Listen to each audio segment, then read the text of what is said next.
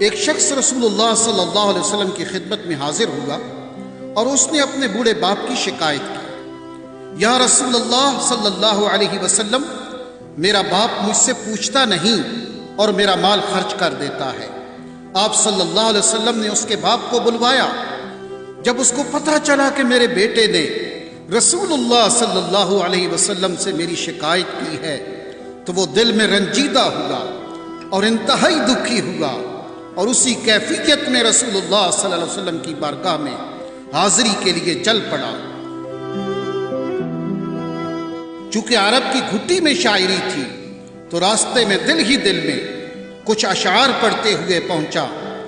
ادھر دربار رسالت معاب صلی اللہ علیہ وسلم میں پہنچنے سے پہلے سیدنا جبریل علیہ السلام آپ صلی اللہ علیہ وسلم کی خدمت میں حاضر ہوئے اور عرض کیا، یا رسول اللہ صلی اللہ علیہ وسلم، اللہ تعالیٰ نے فرمایا ہے کہ اس کا معاملہ بعد میں سنیے گا، پہلے اس سے وہ اشعار سنیں جو یہ دل میں کہتا ہوا آ رہا تھا۔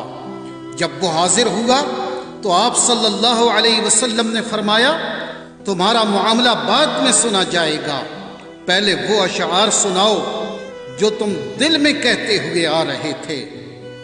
وہ آخر صحابی رسول تھا، یہ سن کر رونے لگا کہ جو اشعار ابھی میری زبان سے ادا بھی نہیں ہوئے اور میرے اپنے کانوں نے بھی نہیں سنے، آپ صلی اللہ علیہ وسلم کے رب نے وہ بھی سن لیے اور آپ صلی اللہ علیہ وسلم کو بھی بتا دیا۔ آپ نے ارشاد فرمایا، وہ کیا اشعار تھے، ہمیں بھی سناؤ۔ اس صحابی نے اشعار پڑھنا شروع کیے جنہیں سن کر پتہ چلتا ہے کہ وہ کس قدر جذباتی کیفیت اور دکھی دل کے ساتھ دل میں ادا کیے ہیں۔ ان اشعار کا اردو ترجمہ یہ ہے، اے میرے بیٹے، جس دن تو پیدا ہوا ہماری محنت کے دن اسی وقت سے شروع ہو گئے تھے۔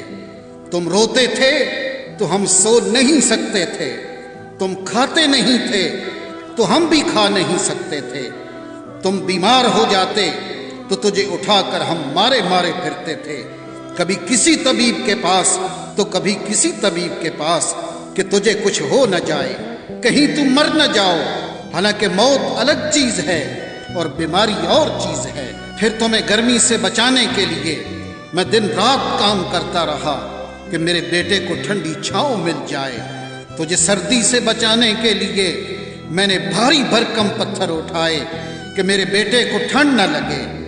جو کچھ کمایا تیرے لیے کمایا، جو کچھ بچایا تیرے لیے بچایا۔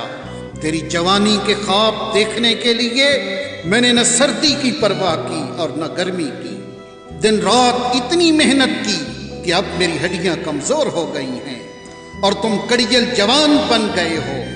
پھر مجھ پر خزاں نے ڈیرے ڈال لیے، لیکن تیرے اوپر بہار آ گئی، میں جھک گیا اور تم سیدھے ہو گئے۔ اب میری خواہش اور امید پوری ہوئی کہ تم ہرے بھرے ہو گئے ہو۔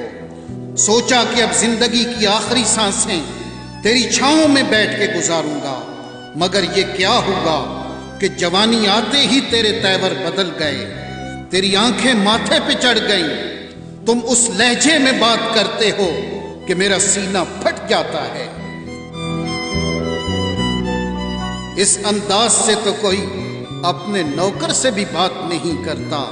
میں نے اپنی ساری امیدیں چھوڑ دیں اور سمجھ گیا کہ میں تیرا باپ نہیں، نوکر ہوں۔ نوکر کو بھی کوئی ایک وقت کی روٹی دے دیتا ہے، تم مجھے نوکر سمجھ کے ہی مجھے روٹی دے دیا کرو۔ یہ اشعار سناتے سناتے بوڑھے باپ کی نظر جب رسول اللہ کے چہرے انور پہ پڑی تو دیکھا کہ آپ صلی اللہ علیہ وسلم اتنا روئے کہ آپ کی داڑھی مبارک تر ہو گئی۔ آپ صلی اللہ علیہ وسلم جلال میں اٹھے، اس کے بیٹے کو سختی کے ساتھ فرمایا، انت ومالک لابیک، تم اور تمہارا سب کچھ تیرے باپ کا ہے۔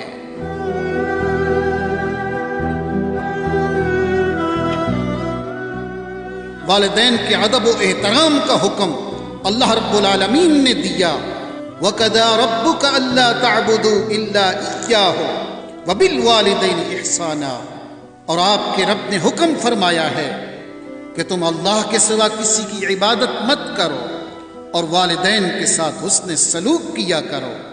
اما یبلغن عندک الکبر احدہما او کلاہما، اگر تمہارے سامنے دونوں میں سے کوئی ایک یا دونوں بڑھاپے کو پہنچ جائیں، فلا تقل لہما اف ولا تنہرہما، تو انہیں اف بھی نہ کہنا اور انہیں جھڑکنا بھی نہیں۔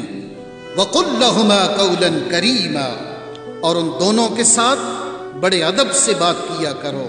واخفض لہما جناح الذل من الرحمہ، اور ان دونوں کے لیے نرم دلی سے عاجزی و انکساری کے بازو جھکائے رکھو۔ وقل رب ارحمہما کما ربیانی صغیرا، اور عرض کرتے رہو اے میرے رب ان دونوں پر رحم فرما جیسا کہ انہوں نے بچپن میں مجھے پالا تھا۔